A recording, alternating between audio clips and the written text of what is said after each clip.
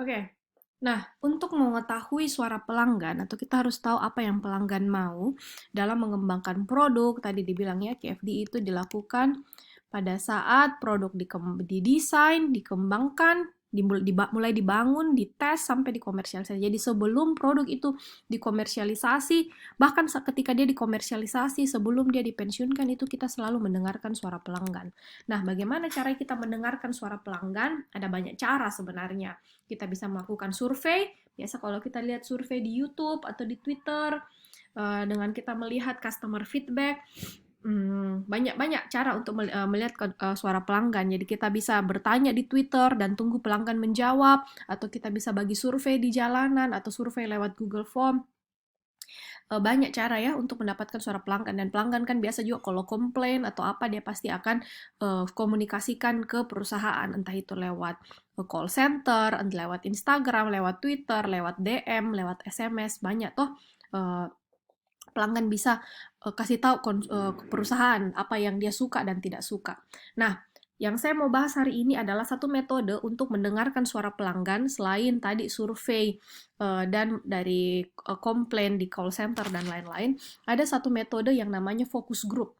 Jadi focus group ini adalah sebuah kelompok kecil tapi secara demografis beragam, atau biasanya kita pilih yang diundang di sini adalah orang-orang yang menjadi segmen pasar dari kita punya produk. Jadi misalnya kita lihat di sini ada laki-laki, ada perempuan, tapi mungkin mereka dari berbagai latar belakang yang berbeda, umurnya beda, pekerjaannya beda, agamanya mungkin beda, kita tidak tahu. Pokoknya ada kelompok kecil, tapi demografisnya beragam, dan kita mau lihat reaksinya dalam melakukan kita punya riset ini. Jadi kita mau lihat, kita mau tanya apa yang kita mau tahu tentang produknya kita, kemudian kita bisa tanyakan, kita bisa cari tahu apa mereka punya pendapat tentang produknya kita begitu. Nah, kalau kita lihat situasinya di sini adalah ini ada orang-orang yang diundang, kemudian suasananya kalau kita lihat di sini dibuat santai ya. Jadi tidak ada meja besar atau tidak terlalu kayak tidak terlalu kayak di perusahaan ini situasinya seolah-olah. Jadi ada perapian, ada sofa-sofa yang nyaman, empuk, kemudian kita lihat juga bajunya ini, kita bisa lihat ini sepertinya pegawainya karena dia yang tulis di papan tulis. Kita lihat suasananya ini kayak ruang tamu begitu. Jadi mungkin karena dia mau pancing orang supaya eh, merasa santai di dalam fokus grup ini. Jadi mereka kalau kan orang kalau santai ditanya maka tidak terlalu serius suasananya, maka mungkin mereka akan lebih jujur dalam menjawabnya begitu.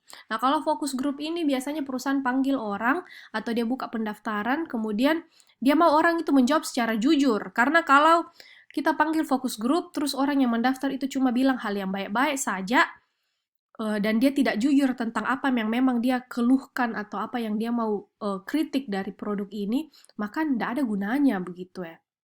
Karena kita mau tahu apa itu yang memang yang konsumen mau. Nah, ini suasana dibikin santai begini supaya orang bisa lebih jujur dan lebih terbuka mengutarakan pendapatnya. Tapi mungkin biasanya sih mereka nggak tahu ya, dia nggak tahu ini ada sebuah kalian tahu toh ini kaca begini kan yang kayak di film-film itu loh, di polisi ini satu arah. Jadi orang yang di fokus grup ini tidak tahu kalau mereka lagi dinonton sama tim risetnya. Jadi tim risetnya ini akan mengawasi dan melihat apa yang terjadi dan apa yang mereka katakan. Bukan memata-matai, karena biasanya orang yang di ini juga ini dibayar begitu. Tapi walaupun mereka dibayar ya, karena kan mereka biasanya harus habis waktu satu harian. Kan itu kan waktunya orang. Kita mau tanya tentang produknya kita dan demi kemajuan perusahaan sendiri, demi kebaikan produk sendiri. Jadi biasanya orang yang datang ini biasanya mereka diundang atau dan biasanya ya umumnya itu dibayar begitu ya, supaya mereka bisa kasih tahu pendapatnya. Tapi sekali lagi pendapatnya harus dikasih tahu secara jujur, jangan karena dibayar dia cuma bilang ya bagus bagus setuju setuju, nggak bisa karena jadi nggak ada gunanya begitu. Kita harus tahu memang apa yang konsumen tidak suka. Ini ada sebuah contoh fokus group di suatu perusahaan barbecue. Dia mau lihat, kita bisa lihat di sini, yang mau didiskusikan di fokus group ini adalah saus barbecue. Yang mau didiskusikan di sini adalah itu tutup botol saus barbecue bagus yang bisa dibuka, di flip begitu atau yang diputar. Bayangkan untuk tutup botol saja dia sampai bikin focus group. So just looking at the products, what do you think? How many of you would be more attracted to the flip top? Raise your hands. 1, 2, 3, 4, 5, 6, 7 of you. What do you like about the flip top? 21st century. I find it easier to, with the split top, for controlling when I'm grilling, that I can do this a little bit better, having to take a bowl out with the brush and everything else like this. This way I can just have the brush, and as I'm basting whatever I'm broiling, it makes it a little bit easier. Whereas with pouring it out, and like I say, it's got to be an addition, and you got to baste it with a brush. A lot. How many of you, quick show of hands, like that this flip top gives you options? All of you? Okay. Oh, this is just like, hands get greasy sometimes and you can't get a good grip. Oh, this is just like, So you like that you don't have to unscrew it with things on your hands? Yeah.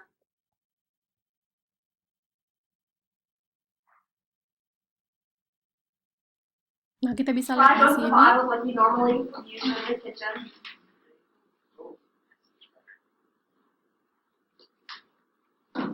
I like the way this works. What do you I mean? poured it out, not exactly straight out. I watched Paul pour. Actually, can you show me both the bottles?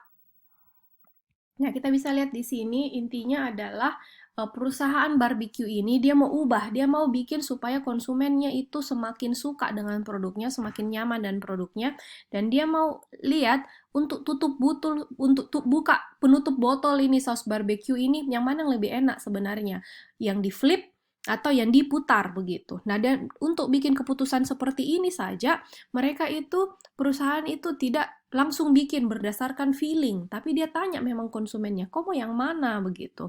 Siapa tahu, jangan sampai, karena kan itu kalau mereka bikin saus barbecue dalam perusahaan manufaktur seperti ini, nggak mungkin dia cuma bikin 1-2, kan dia pasti bikin dalam jumlah besar. Nah, kalau dia salah bikin, dia ini kan tutup botol dipesan dari supplier toh, karena kan dia saus barbecue pasti yang dia fokus adalah dia memproduksi sausnya. Nah, untuk kemasannya, botolnya, tutupnya pasti dia ambil dari luar begitu. Nah, ketika dia ambil ini dia pesan ini flipnya sama botol, itu kan pasti harganya beda karena yang satu ya punya dua mekanisme yang berbeda walaupun bahannya sama-sama plastik. Nah, perusahaan ini memandang serius, dia sampai undang itu tadi 10 orang dan dia cek bagaimana ininya, bahkan dia lihat ini bagaimana cara tuangnya yang mana lebih mudah, dan dia tanya memang ke konsumennya. Dari 10 konsumen ternyata 7 bilang bahwa dia lebih suka yang di flip, yang dibuka begitu, yang 3-nya bilang oh saya lebih suka kalau diputar. Dan ternyata jadi kesimpulan perusahaan bahwa tutup botol ini lebih bagus pakai flip karena kelihatannya modern, baru dan unik, lebih gampang dibuka. Ini semua ini adalah jawabannya konsumen, bukan karang-karangnya perusahaan.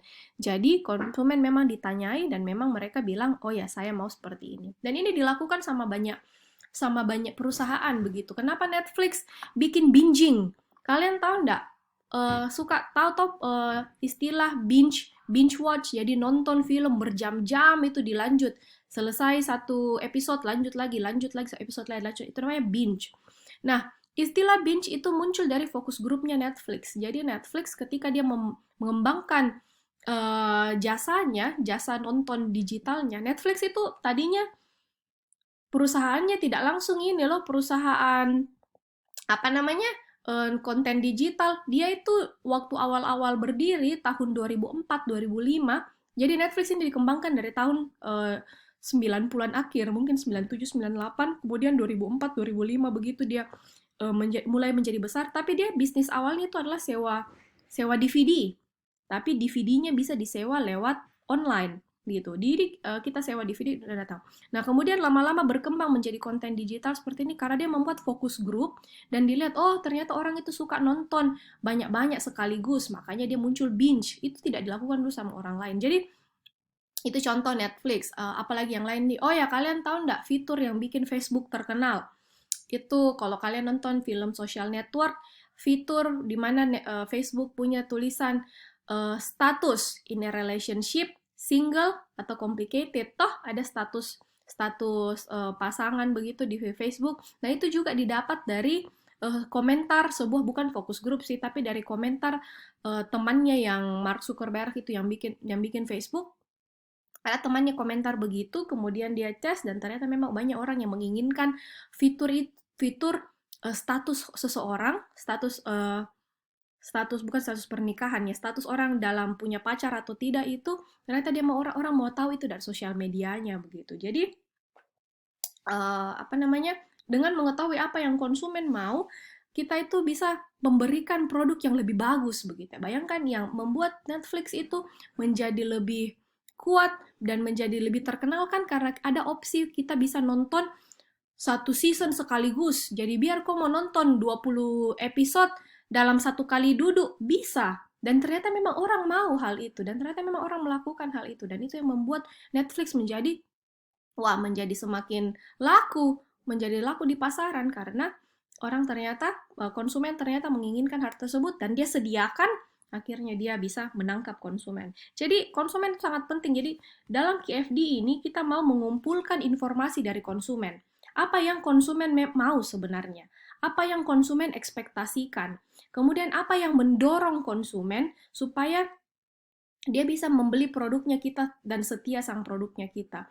Jadi apa ekspektasi konsumen yang dipakai untuk mendorong ini proses desain barang itu bagaimana.